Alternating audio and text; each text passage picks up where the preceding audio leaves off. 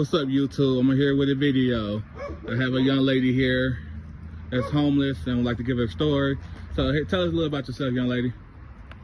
Well, I'm about 30, almost 39. I'm sweet as I can be until somebody gets in my face and gets right up on me or hits on me. That's part of my story. So how many kids you got? I got 8 living. 8 living? I'm aware of. Okay. Just found out about the 8th one, but I already knew about 7 of them. Okay. Then I have altogether probably a good, close to, I want to say, a few miscarriages, about 4 at the most. Yeah, so you had 4 miscarriages? About 4, yeah. Okay. I know I had 2 for certain. So, about 4. I had 1, actually no, I had 3 for certain. 3 for certain, so 1 that was impossible, so about 4 miscarriages altogether. Okay, so you got custody of your kids right now? My mom did have temporary custody, no. Let's start off with this. So you're homeless right now? Not right now, but I could get custody of 7 of them back. Okay, so you're homeless right now, right? Yeah. So how long you been homeless? A few years, about 5, close to 5. I've been waiting on somebody out here in Dayton to get out of prison that I fell in love with. Didn't expect to fall in love again because I was in very bad abusive relationships that got me out here, besides the fact that my choices with those relationships same to me. Okay, so what do you do for work? I don't. I get an SSI check. Okay, so any drugs or anything? Yeah. You can be honest. Be honest here. We all, you know what I mean? Just be honest. Yeah. Be honest with you.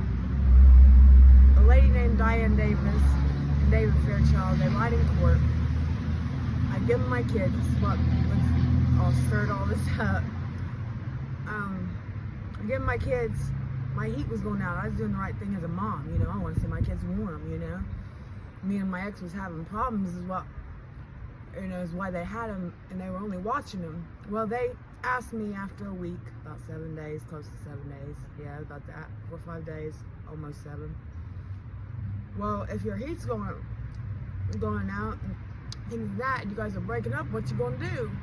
I said, well, I don't know, but I was thinking about it. If you keep the kids for a while, honestly, if you keep the kids for a while, then just don't take it to court. Oh, we won't take it to court. I said, at least give me 5 months, you know, more than 2 months. Oh, we will. We might even give you longer than that.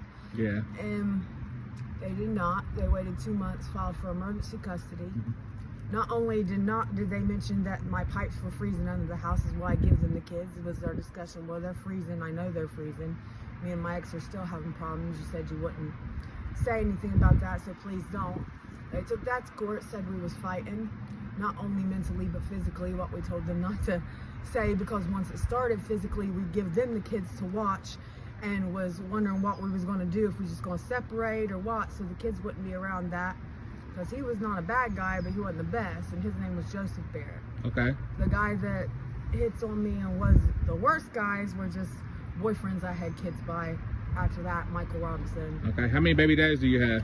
And a whole bunch of other boyfriends too. How many baby daddies do you have? But I have, like, I want to say, most of my baby daddies are ignorant, other than my first ex-husband. He was the only really good guy that never beat on me, James Mead. Okay, so how many do you have? I have, I count, I want to give or say, take, including the miscarriage, and this is just estimating, hold on. Well, I can say it. Joseph Barrett was one of my baby daddies. Okay. Okay. Then I have the miscarriage, which was Antonio out here. I was threatened by a stepdad, you know, that he was going to hurt me, but he didn't abuse me. But I was around my mom and dad, my real mom and dad, and they fought mentally and physically as I was a child and growing up. So it's hard to get out of that state when you were raised around that type of. So you never been physically assaulted or anything, sexual or anything growing up? No, I've been raped when I was in a relationship before, as well as out here. So who raped you? One of your baby daddies? No. Or, okay. My first ex-husband attempted to rape me, but you know, I really don't hold that against him because he apologized. I knew him for years, and I knew that I had agreed to do something with him and then disagreed as we got ready to start, so that's my fault too. Okay. But then I got raped by a guy out here, and that was not my fault, but he just would not, you know, basically stop, and a guy named Christopher Brown that I fell in love with got me out of it. His name was Marcellus. Okay. I don't know his last name, but he is an ignorant asshole that wants to rape women, so they call him Fleece around here, I know that. So did you grow up in a two-family household? Was your mom and dad still together, or were they married or anything? They were married. My mom had a first husband before she was with my dad. He could have been my real dad, and my dad was just the one that raised me, because I caught my dad up in arguing with my mom about and one of them was, he was just arguing and joking one time about being the mailman's, and the other time he said, well, she may not even be mine, Susan. I don't even know if you got DNA. And I told him about that. He said, you know, you're not supposed to be listening in my conversation. I said, yeah, Dad, but I haven't asked the other guy, you know, if I could have been his, and he didn't deny that it was possible. Yeah. My mom denies it to this day. Okay. I'd rather not say all their names, because I understand. So, I mean, do you walk the streets? Do you prostitute or anything? Give or take, I don't want to get into it, but I do what I do to survive, and I understand. that, yeah. So the viewers might want to know, how much do you normally charge when you walk in the streets and stuff like that, if you don't care to share? I'd rather not share that. Okay, I understand. So tell us something that about you that somebody might not know.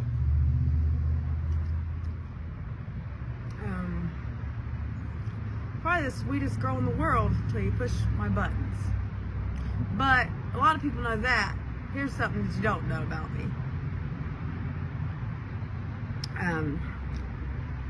When I was younger, I had trauma from a kid next door, to where he stuck something in my ass, which was a crayon, and it gave me really bad fears. He stuck a crayon up your what? My ass. Oh, wow. It gave me really bad fears on having anything near my butt. Oh, wow. And that could be a reason I have fears on doing other things, on sexual matters too. I get it. But that's, I really hope nobody judges me for that. That's funny, but it's nasty. It's awful. No, I get it. So if anybody wanted to reach out to you, do you got any social media or anything, Cash App or anything? Somebody wanted to reach out and donate or try to help you out or anything? Is there any way they can get a hold of you? Yeah, but they can't call my phone number because I don't got a phone yet. You got social media? No. I can give you a number, though, to call. Okay. My first ex-mother-in-law's. Jackie, please forgive me. Okay. So, well, you can give it to me off camera if somebody want to help you, whatever. We get a hold of you that way. That'd be a better. Okay. Thank you for that. That'd be a better one. So, what you say your name was again? Juanita. Juanita. Yeah. All right, well, Juanita, we want to appreciate your time, and you know, at the end of every interview, I want to know, I want to offer prayer for you, if that's something you want to do. If not, that's okay too. But I just want to, you know, have a couple minutes of prayer with you, if you don't mind. Off camera. All righty, YouTube. Well, thanks everybody for watching. We'll see you guys in the next video. Peace out.